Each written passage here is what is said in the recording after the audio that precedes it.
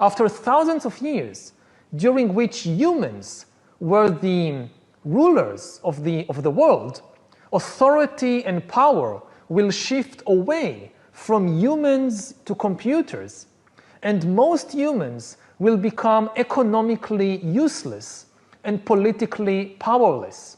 Already today, we are beginning to see the creation of a new class of humans, the useless class.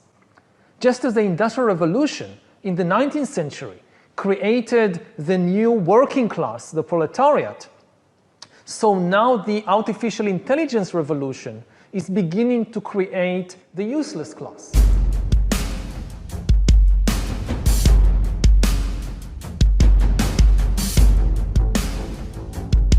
I wanted people to understand that we're in a fifth generation warfare.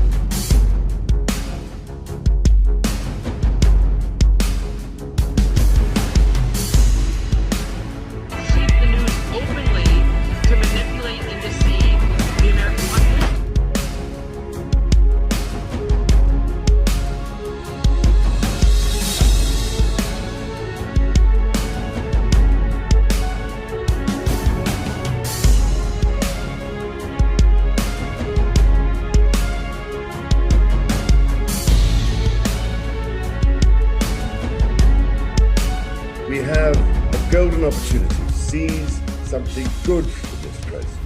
COVID-19 also helped legitimize instruments of control.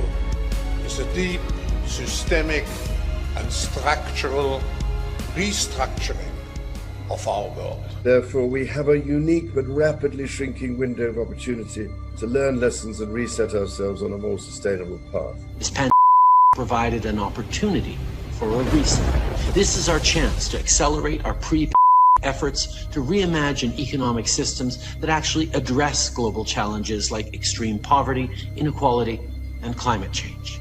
Also be clear, the future is not just happening. The future is built by us.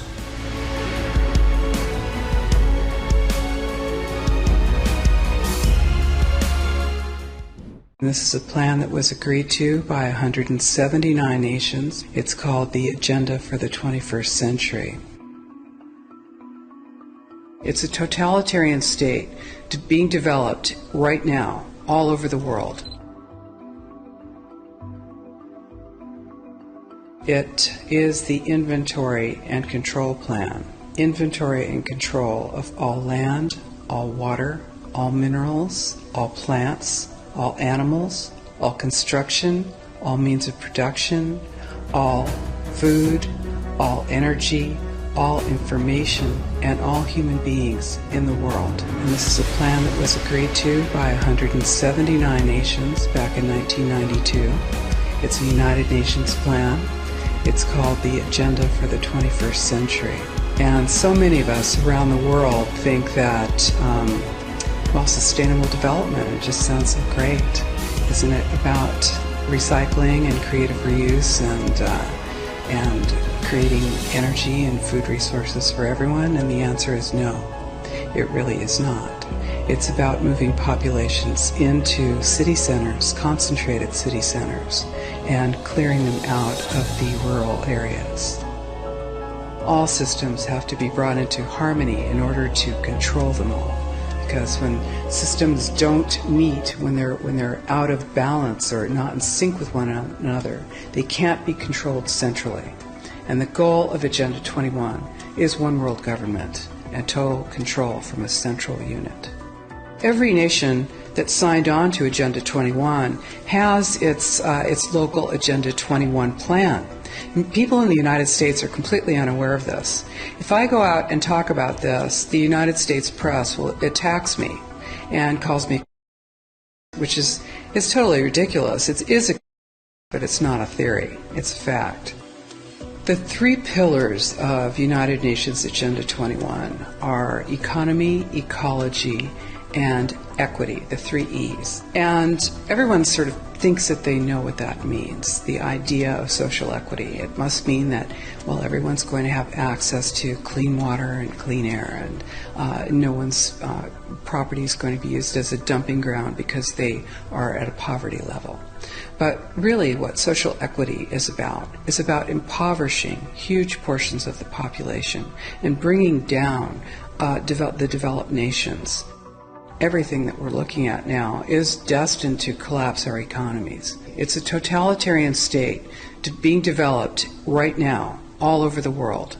And what major corporations want in this development is to be able to have full movement of workers without borders or boundaries, to be able to move their goods through without regulations, and to reduce wages. And so this is the goal. So this is what you find with social equity. And of course, economy and ecology is about, these are the 3 circles: economy, ecology, and social equity. And where they meet in the center is balance. But really that balance is a communitarian balance. So it's not balance of well-being of the people. What it is it's a balance for corporations so that they can exploit and control and have populations in an area, in tightly packed, dense areas, so that they can be surveilled and managed.